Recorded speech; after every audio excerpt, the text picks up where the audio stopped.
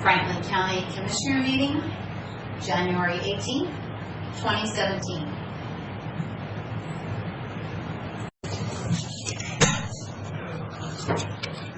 Good morning at our regular Franklin County Board meeting for January 18th is an hour late because of weather this morning.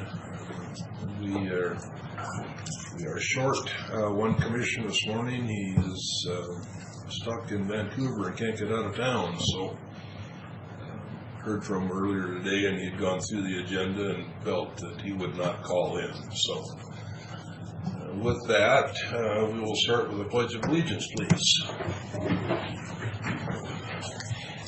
Pledge allegiance to the flag of the United States of America and to the republic for which it stands, one nation, under God, indivisible, with liberty and justice for all.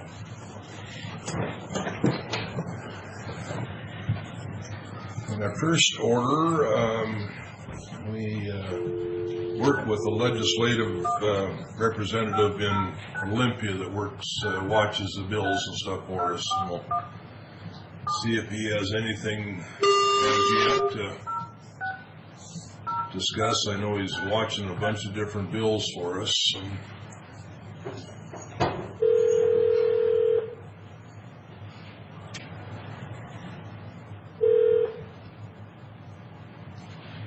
Hello.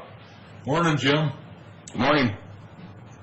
Oh, this is Zach, but Okay. just fine too. All right, how are you, Zach? Here, I'm doing all right. Let me grab Jim real quick. All right, thank you.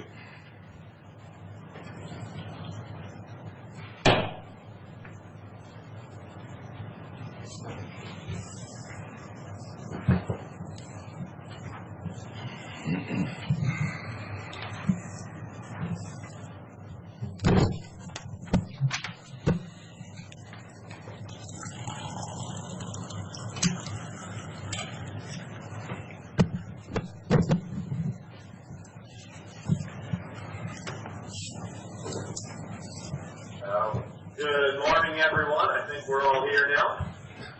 Morning. Good morning. Rick and I are here this morning. Brad got stuck over in Vancouver. He can't get back to Gorge this morning, so everything over here is pretty much shut down today. I don't know of any school that's open in this whole Inland Empire today. So, Is it a snow deal, or what's the cause? Ice. freezing rain last night. It's a quarter-inch of ice out there this morning. Oof. So thankfully I haven't heard of any power lines down, which is always a concern. But so what do you have for us? Anything over there yet? What was that? You were a little garbled on that one. All right. Is there? I don't know if you can. That's on. It looks like it's on. What do you have? Anything over there going on yet? Well, there's been quite a few bills introduced here in the first week and a half. Some things are getting hearings. There's a lot of cannabis legislation. Right now, nothing that directly pertains to, any county or city specifically on that side. But there's definitely a lot of conversations about water. We're looking at that Hertz decision, and there's been talk of probably about 9 bills that have been drafted to address that issue. We've seen one so far, which basically gives the county the right to override, or the ability to override the courts. Oh. So I'm sure that the courts probably aren't going to like that one very much, but it does, in effect, fix the problems that you might have with the Hertz decision. Yeah. Well, I bet there's one court that won't like it. Yeah. Well, and the scary thing is, I can understand where the courts might be coming from on it, is, it gives the local authorities the ability to override a superior court decision, either by going to a vote of the people or doing it through the commissioners. And, you know, I mean, that could be a slippery slope. Yes. Yeah. Who's presenting that one? Who's working on it? That particular one you're talking about? I will have to look it up. It was in that email I sent you. I don't have the bill number right off the top of my head. Okay. Yeah, I know that that Hearst decision is something that's going to affect all rural counties for sure. Absolutely. Well, and so Senator Erickson, from what I've heard, Senator Erickson probably has the best bill out there. Okay. I have not seen it yet. So maybe it got lumped into something else, or he's going to wait. I mean, they've got quite a while to introduce stuff, so we'll just kind of have to wait and see what comes out in the end, you know. So, do you guys have any questions or anything that you're watching in particular? Well, not really. I think you hit the big one, the big one everybody's talking about now, and any water issues, of course. Well, and also we sent in a bill for our extraordinary defense costs that kind of keep an eye on as that budget works through, please. Absolutely, yeah, and that you guys had mentioned that to us here earlier this year, so we will keep an eye on that one and see what we can do to foster it along. Like I say, it's a little early yet to get too excited about it because there's going to be a number of bills that are going to be filed each day, I'm sure. Oh yeah, they're doing 100 a day or so. Yeah. We have our HR, our sheriff, and our treasurer with us this morning. Any of you have any bills that you're really watching? I don't see anything, but maybe in the future. So. Absolutely. Well, like I said, it's super early in the session here, so it's going to be a while before we really see much movement on too many things, I think. Yeah. Right. Well, all right then. We won't keep you and absolutely. We'll. Anyone coming over for the legislature? I can't tonight. We've got a Ag Hall of Fame here in town tomorrow night that we want to be at. So. Okay. Well, the roads probably aren't that great. I-90's been closed most all night, and it's still closed. Yes. Yeah. So I'll be over next week for a transportation board. So maybe we'll catch up with you then. Well, that'd be good. Yeah. All right. Thanks. Keep your eyes open if stuff comes up on the water issues, or that crime bill and stuff like that. We will definitely make sure everybody's posted on that stuff. All right. All right. Thanks. Talk to you soon. All right. Thank you, guys. Goodbye.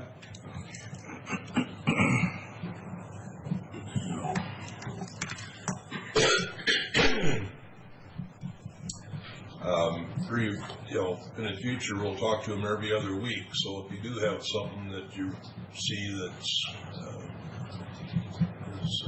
they work for us. With that, Eric with Tri-City Chamber. All right, thank you so much for the opportunity to be here. Really pleased to have some time with commissioners from Franklin County and to tell you a little bit about this project that we're working on. To give you a little background, the Tri-City Regional Chamber formed the Regional Affairs Committee last year from a group of private business leaders from around the region, and tasked them to help develop a strategic plan for long-term growth for the region. Now, after a few months of deliberation and sitting in a room, these 12 business leaders decided they really didn't have any idea of how to do that and how to make sure that it was a great outcome that really reflected the entire region. So they look for somebody that would be able to help them with that. As they like to say it, they look for some professional help. And they found New Edge. We are a strategic research and planning consulting agency located in Richland. We actually do a lot of strategic planning for businesses, organizations, communities around the world. And so when they contacted us, we were really excited to get started on this project. We're calling the project Top of the Box. And at this point, the Regional Affairs Committee from the Tri-City Regional, that was formed by the Tri-City Regional Chamber, has basically said, we want you to facilitate this, we want you to run it, we're going to back off and just become a participant in this. And it's at this time that we're actually going out and talking with community leaders all across our region to tell you about the project and to get your support on it in the long run. So the first question that you might be asking is, what's the purpose of the project? And first off, what does Top of the Box mean? Well, when we look at strategic roadmaps, we see it, building a strategic roadmap is a lot like putting together a puzzle. So if you get a puzzle and you dump it out on the table and you start looking at all the pieces, flipping them over, you start putting those pieces into different piles of the right colors so that you can put individual parts of that puzzle together. But if you don't have the big picture, if you can't see the top of the box, it's really hard to put that puzzle together. And so we see this project a lot like this. We want to make sure that we've got the big picture of what are all the things that are happening in this region, what are all the things that are going on, the programs, the initiatives, the projects that we can all assemble to make sure that we've got the big picture of where do we need to be going for this region in the next 10 to 20 years. So we've done this type of work for companies around the world. We've done it for John Deere, for DuPont, for Kellogg's, for Pepsi.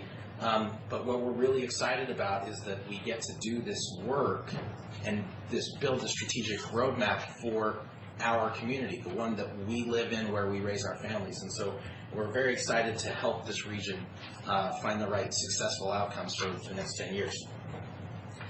So there's been a lot of communities that have done this in the past, and these are just a few of those. But they've recognized that there's a need for their community to come together and figure out what to work on, both collectively and individually, across government, business, education, and nonprofit. And so by doing this work and formulating a plan, they focused their efforts, energized, and inspired their communities, and gained the momentum to bring people, businesses, and citizens to action. So we want to do the same thing.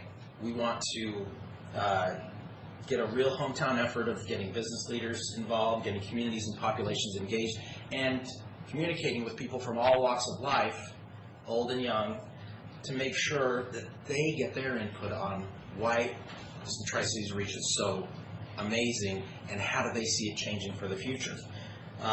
There are lots of communities that have done this in the past. We see this as table stakes now for our region. We really need to get a plan on where we need to be going so that we can attract the right businesses into our community, so that we can get people to come here and stay here for the long run.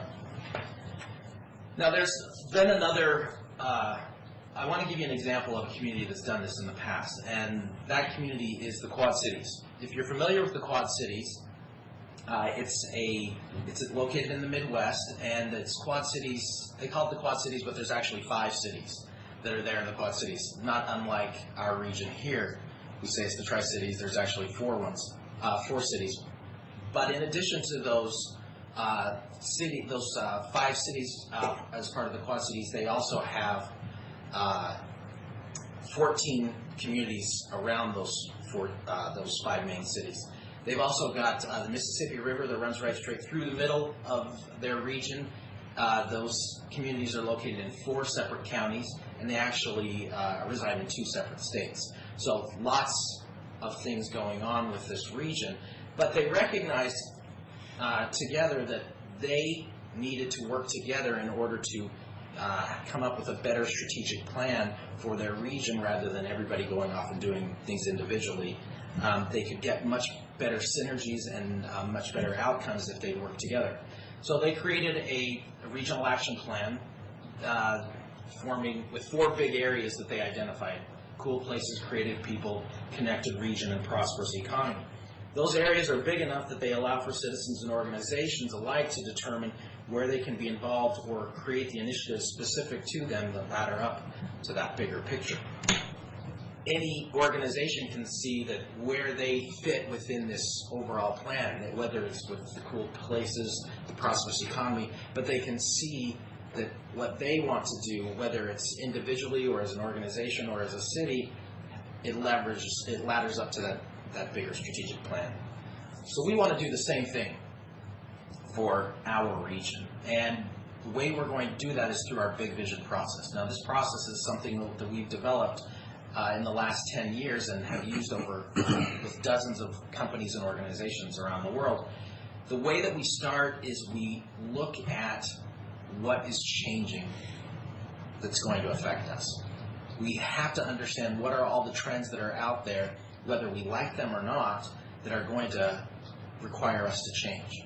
Once we know what is all those change and what opportunities and risks are created because of that change, we can map it onto the region to help to understand what are the big impact trends that we need to focus on. That's our view of the future. Once we know our view of the future, what's going to happen that's going to require us to change is going to help us to identify who we need to be in the future.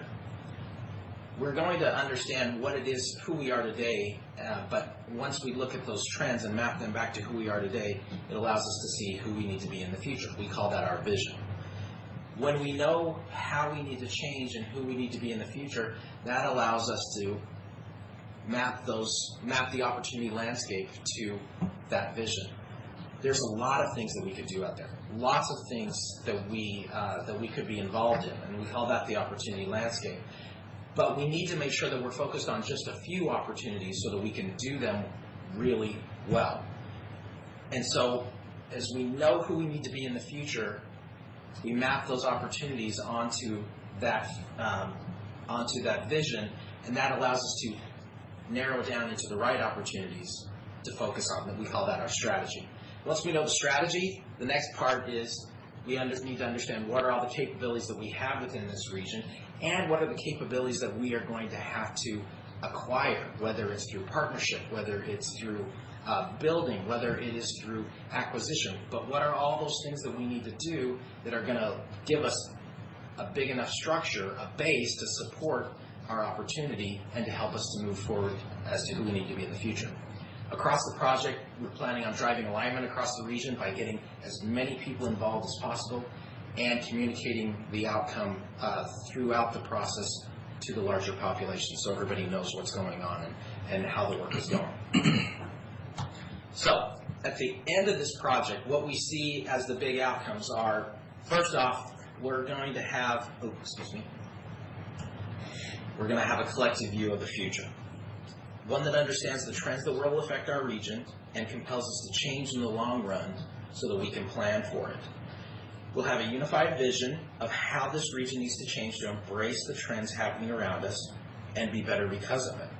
This vision won't compete with the visions of cities or business organizations, but rather it's going to complement them. It's going to give them a view of, this is what the community is saying. Maybe we need to adjust or enhance some of the things that we already are planning on doing because we know who we are and how we can buy into this. We'll have a regional strategy of things that we can focus on, both together and individually. Organizations can jump on board for things that make sense to them or see how their current and future initiatives can ladder up to that big picture strategy. And we'll have a sense of the capabilities around the region and how they can be leveraged better across the organizations, across the community for the benefit of everyone. And we're going to have alignment of the entire region to know that what we're focused on isn't just a few people's opinions, just a few people sitting in a room deciding, hey, this is what we think, but it's going to be a bigger, broader strategy that was informed by many, many people. And that's going to give us the momentum to make sure that we have the change that we're looking for.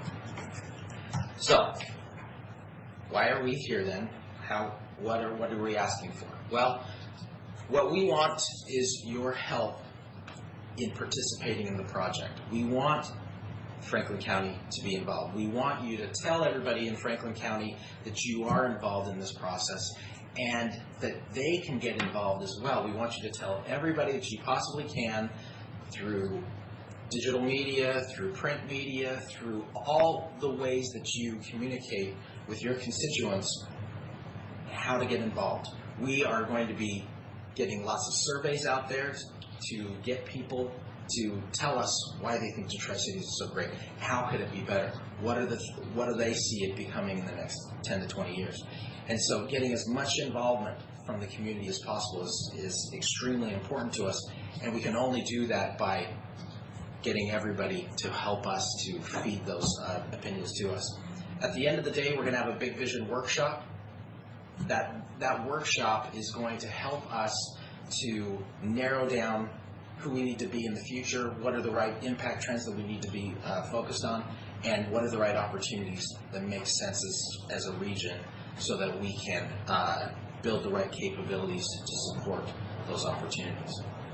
And so the biggest ask that we have today, actually the only ask that we have today, is we want your participation, we want your help in getting involved and making sure that you help us get the word out so that we can have the best project possible, so that we can have the best outcome that really reflects our region and gives us the path for growth that we're looking for the future.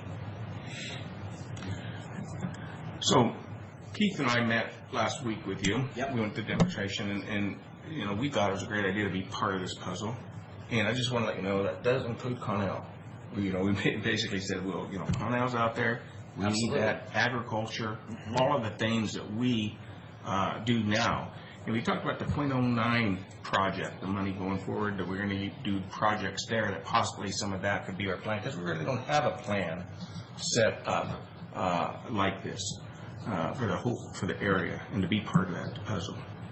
So, you know, I thought it was a good idea. I don't see any harm in doing this. So I thank you for coming and talking about it, and just keep us updated. And I'm on the committee, so I'll attend those, and I will bring the information back and see how it turns out with the roundtable. Excellent. And you expect that roundtable in the next month or two? We're expecting to have an official kickoff of the project probably the end of February.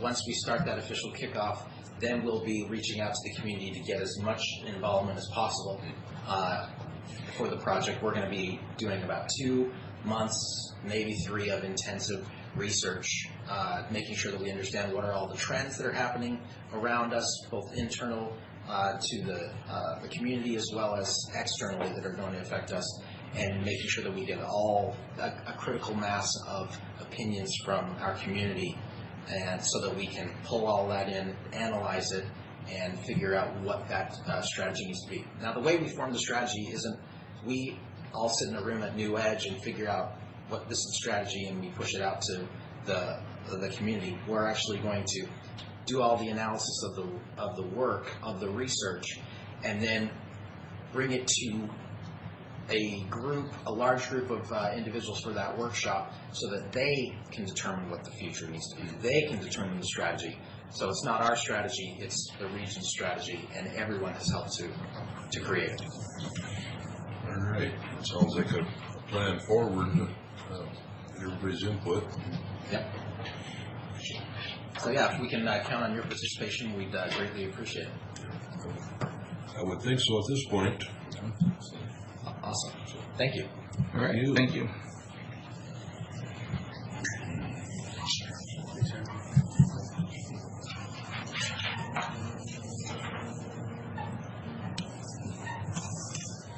With that brings us to public comment. I think the public left. Office business, approval of vouchers. Okay. Let's have one voucher. We have 3 vouchers. And let's see. The first one is the fund expenditures. And this is vouchers audited and certified by the auditing officer. They're listed here in the amount of $1,630,244.01. I'll take a peek at that if you'd like. Second. All in favor? All right. Aye.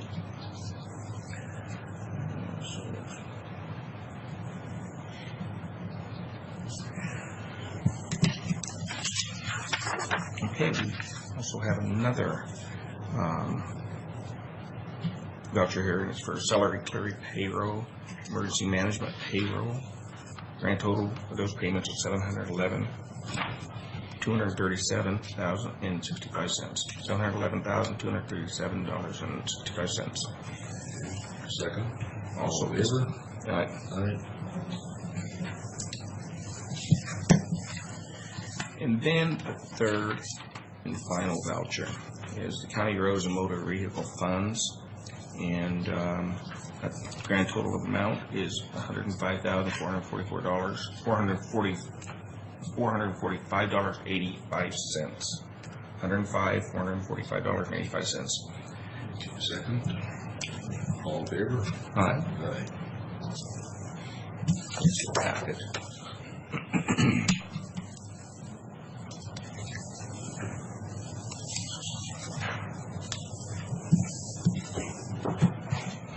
Leaves us with the consent agenda.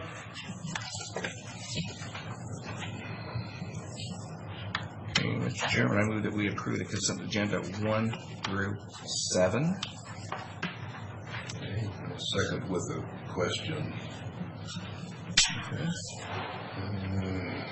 Number 1. Keith, did you get a chance to talk to Matt about that yesterday? Yeah, just briefly, part of the issue, as we described, is the difference in the estimated useful life of the two different pieces of equipment. But primarily driving that is that gator that's coming from the track. Public Works is going to use that in their yard, and but it's old and used, and it's going to be replaced much faster.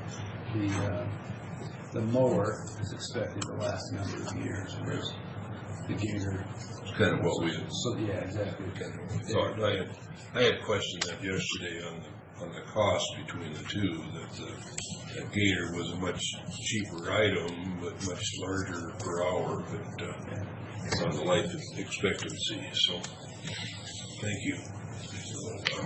With that, 1 through 7, you say? Yes. Correct. And 2 of those are minutes, and you discussed one of them, so there's the other. Do you have anything to discuss? No, they're pretty self-explanatory and contracts that we need to sign, so. All in favor? Aye.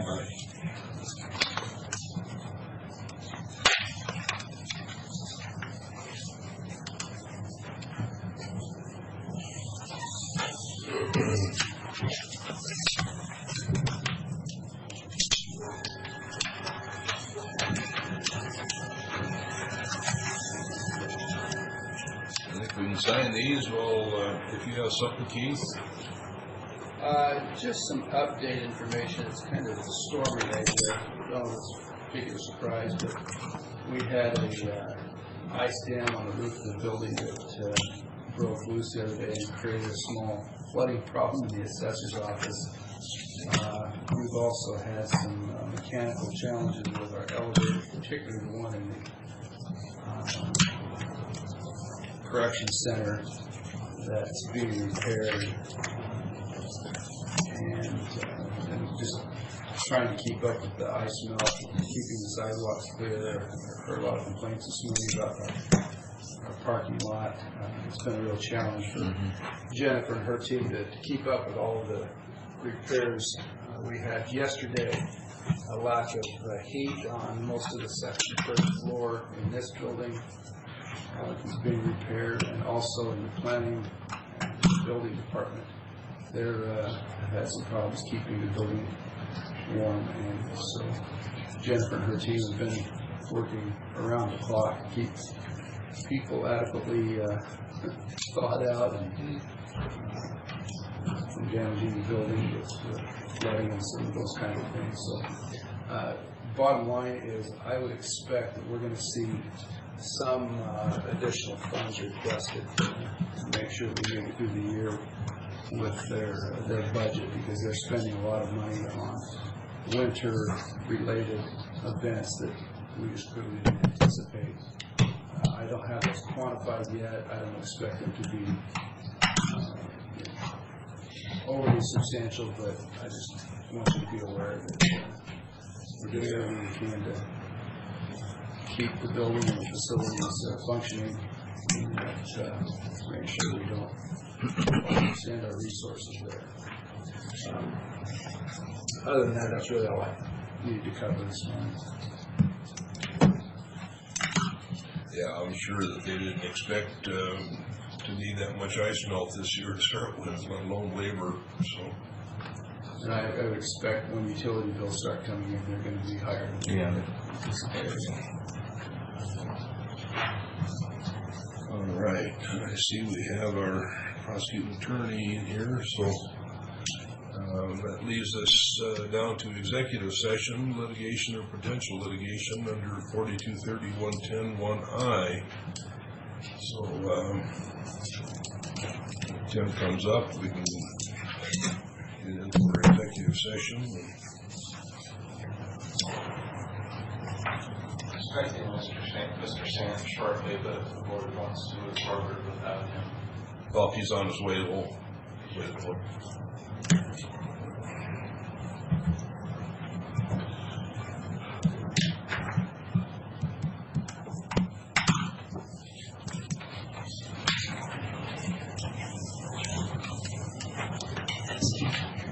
Appreciate your time.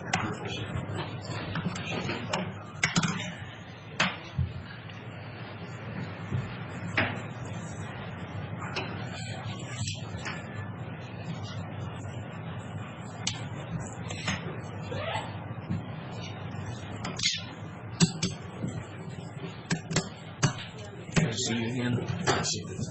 Thank you. Thank you. Is the bridge okay coming across? Was that? Is the bridge okay coming across?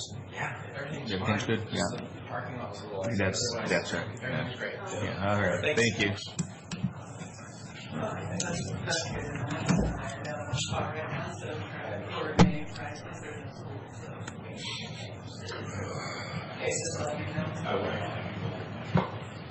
How's Tim? Tim's doing good. How are you doing? I've managed to navigate the ice storm without falling down. Yeah. Got my secretary here to work, so if we just get the heat up to somewhere taller, we'll be in good shape. Still a fish box up there. 59 degrees. Just right. Yeah. For a polar bear. Meat locker. Yeah, we were giving the HVAC guy a hard time. We were telling him thank you yesterday when we were walking out. And so we just can't work in 64-degree weather. And he goes, try working in 5 below. And stormed off. Yeah, you're right. Yeah. Yeah. I went up to the lake last Friday. I didn't have any schedule. The gals were heading for the coast to see the grandkids, so I went up expecting to spend a couple of days up there. I couldn't even get close to the house. I can imagine. I didn't have a snow blower, and I wasn't going to shovel 3 foot of snow from the driveway and with the berms that the county had put in there. The guy that's building for mom and dad has a little bobcat, so he's come in and plowed their driveway and scooped all the snow out of the way, which is really nice. Yeah. Makes things tolerable. Well, instead it snowed 4 or 5 inches this morning. Yeah, Just come down. See that Becky Cox keeps putting pictures on the amount of snow up there. So. I'm excited to get back up there. Enjoy the snow where it belongs. Yeah. I was just up at Old Town last week. Also, I don't go any further than that. That's where my daughter is, and we saw her baby, and didn't have much more snow than here. You know, I mean, there's just a lot of snow like here. But I suppose you get up there a little higher. Yeah, you go to the We mountains, that really starts to pile up. Yes. Last year they already had We'll take 5 minutes or wait until Sean gets here, so leave the speakers open. He said that he's on his way, so I'm hoping he'll be here shortly. You do me a favor and not close the meeting after you get it done, because I'd like to speak during public comment. Okay. Thank you. We're back on. Okay, so we requested an executive session, 15 minutes, RCW 423110.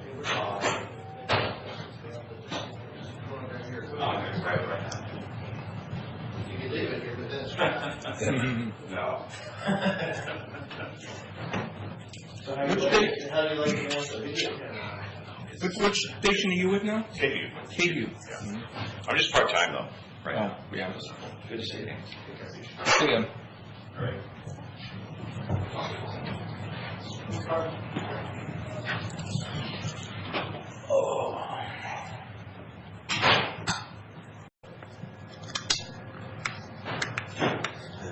How was your road? I had an icicle from my car to the ground. I'll show you, this is. It was, I just turned my truck. We are out of executive session with no decisions made, and are going towards the finals, public comments period.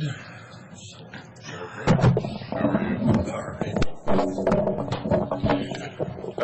Approximately about 2 weeks ago, was brought in front of you the proposal to move my pay scale within the sheriff's office pay scales.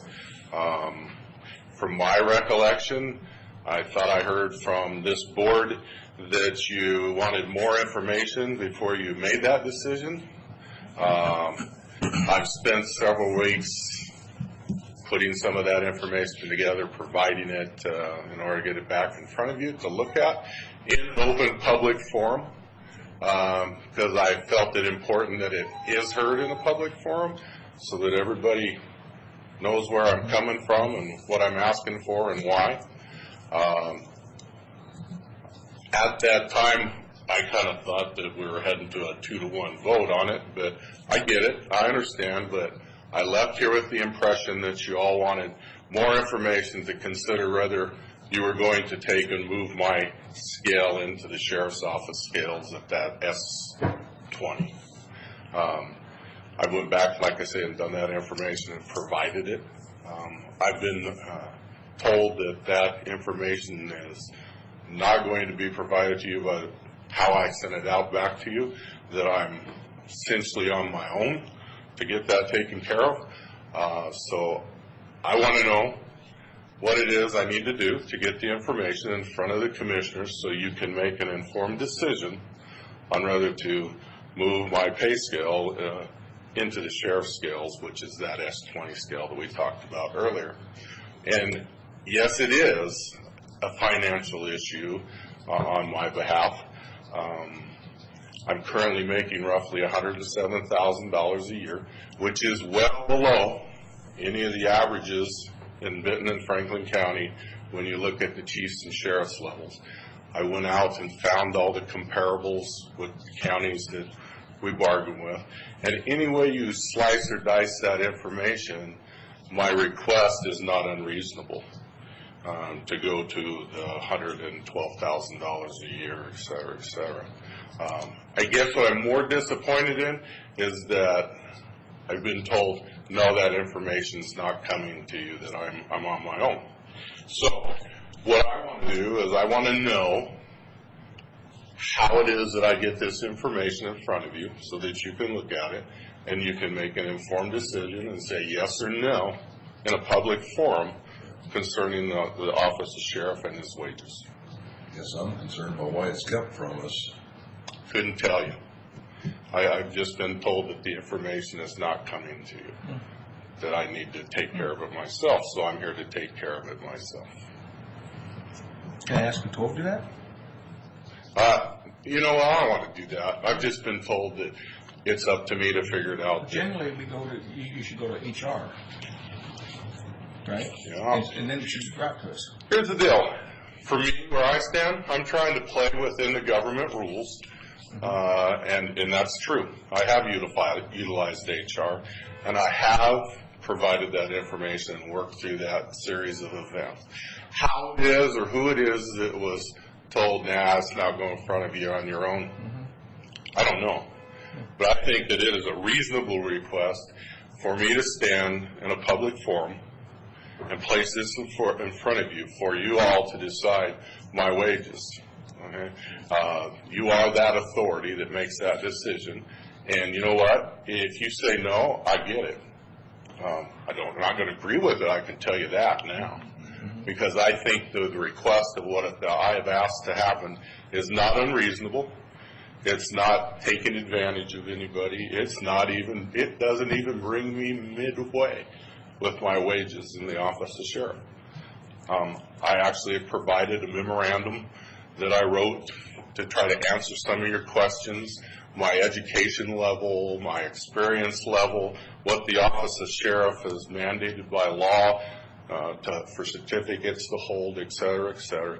It is a full-time job. It's not a part-time job. I cannot go out and have other businesses or do other things to supplement my income.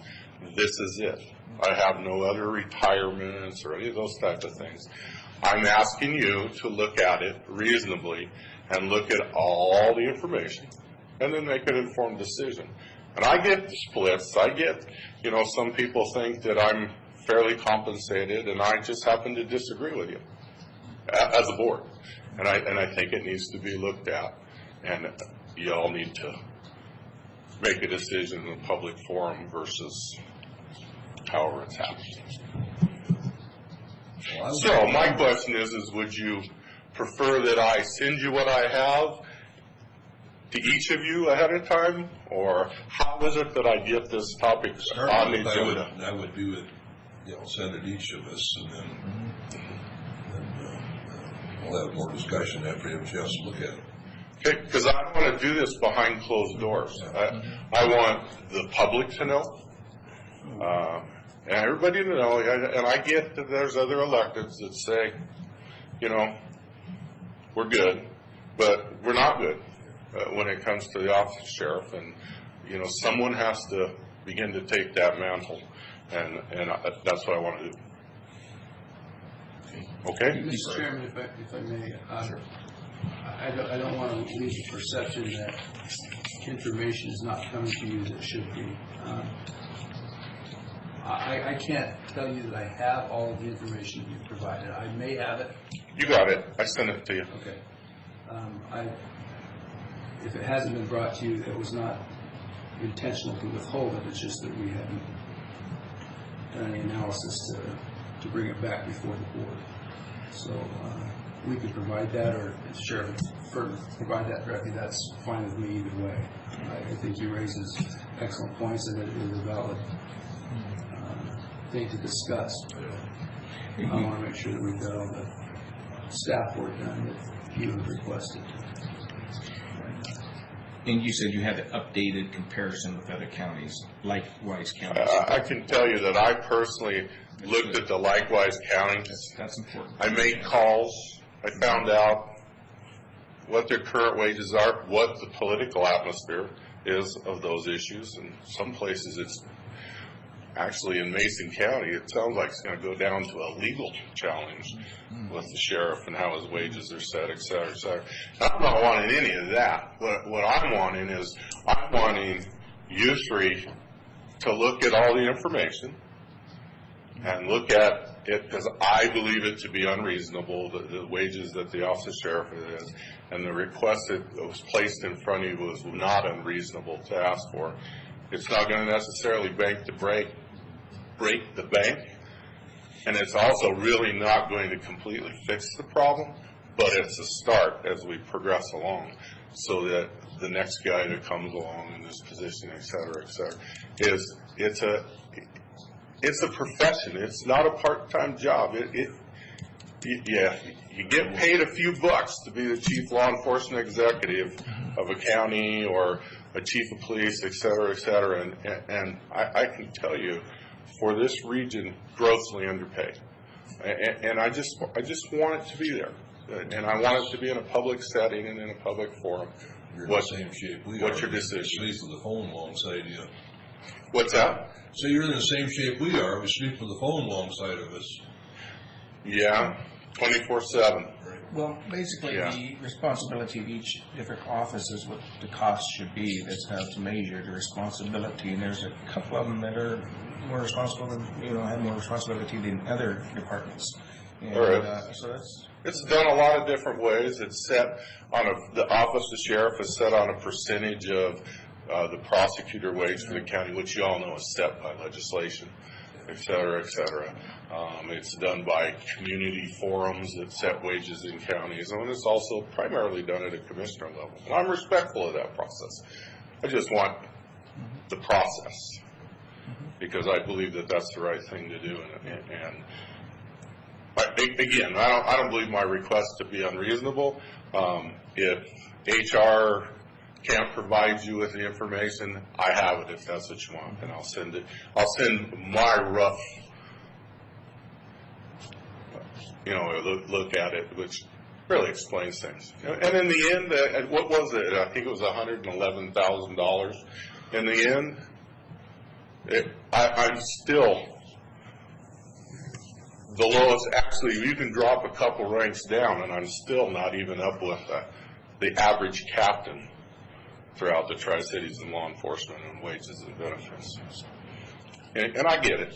I understand it's an elected position, and I should have paid attention to that. But I also have the right to place it in front of this commission for you to review it. Okay. All right, we'll carry on then. All right. Thank you. Thanks. thank you.